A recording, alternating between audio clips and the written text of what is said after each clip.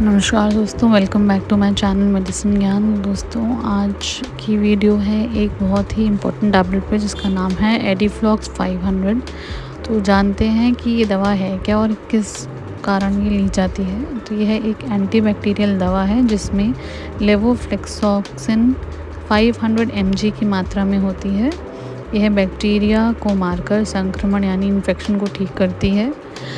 बात करते हैं यूजेस की, क्या उपयोग हैं इस दवा के कुछ विस्तार में। इस दवा का उपयोग कई प्रकार के बैक्टीरियल इन्फेक्शन में किया जाता है, जैसे कि मूत्र मार्ग संक्रमण यानी कि यूटीआई, गले, नाक और कान के संक्रमण में होता है। फेफड़ों के संक्रमण में भी यह दी जाती है, जिसे निमोनिया भी बोलते हैं। उस केस में इस दवा का उपयोग किया जाता है। साथ में त्वचा और सॉफ्ट टिश्यू इन्फेक्शन के केस में भी इस दवा का इस्तेमाल किया जाता है।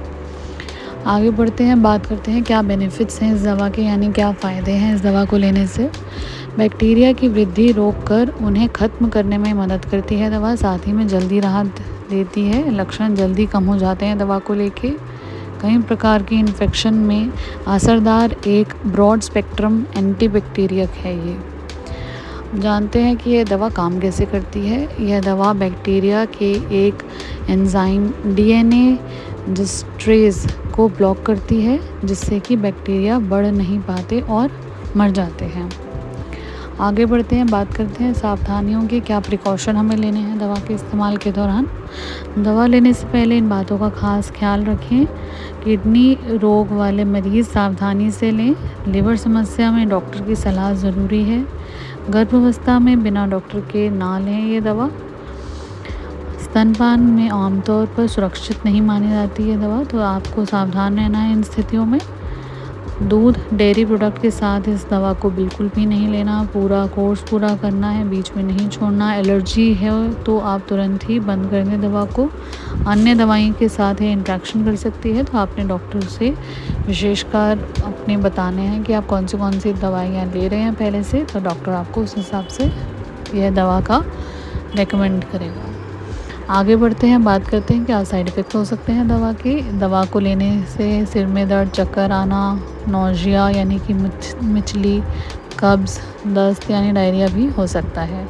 कुछ मामलों में आपको मांसपेशियों में दर्द हो सकती है और एलर्जी जैसे सूजन, सांस लेने में दिक्कत, यह भी महसूस हो सकता है। लंबे समय तक दस्त भी लग सकते हैं। अगर आपको ऐसे कुछ भी लक्षण आपको महसूस होते हैं तो तुरंत ही डॉक्टर से संपर्क करना है।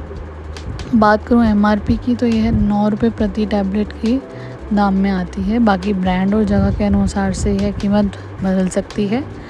वैकल्पिक दवाओं के बारे में बात करूँ तो सब्स्टिट्यूट्स में शामिल हैं लेवोक्विन 500 mg, लिक्विन 500, एल्सिन 500। अब डोजेज की बात करूँ तो डॉक्टर्स के बताए अनुसार आपने डोज़ लेनी है। रोज़ एक ही समय पर लेनी है। टैबलेट को पूरी तरह निगलें। अगर डोज मिस हो जाए तो डबल डोज नहीं लेनी आपने। यह दवा एक एंटीबायोटिक दवा है, खुद से नहीं लेनी, डॉक्टर की सलाह पे ही लेनी है। गलत उपयोग से एंटीबायोटिक रेजिस्टेंस हो सकती है। बच्चों में आमतौर पर उपयोग नहीं की जाती, तो इसका आपने विशेषकर ख्याल रखना है। आगे बढ़ते हैं, बात करते हैं किन किन बैक्टीरिया पर यह असर करती है।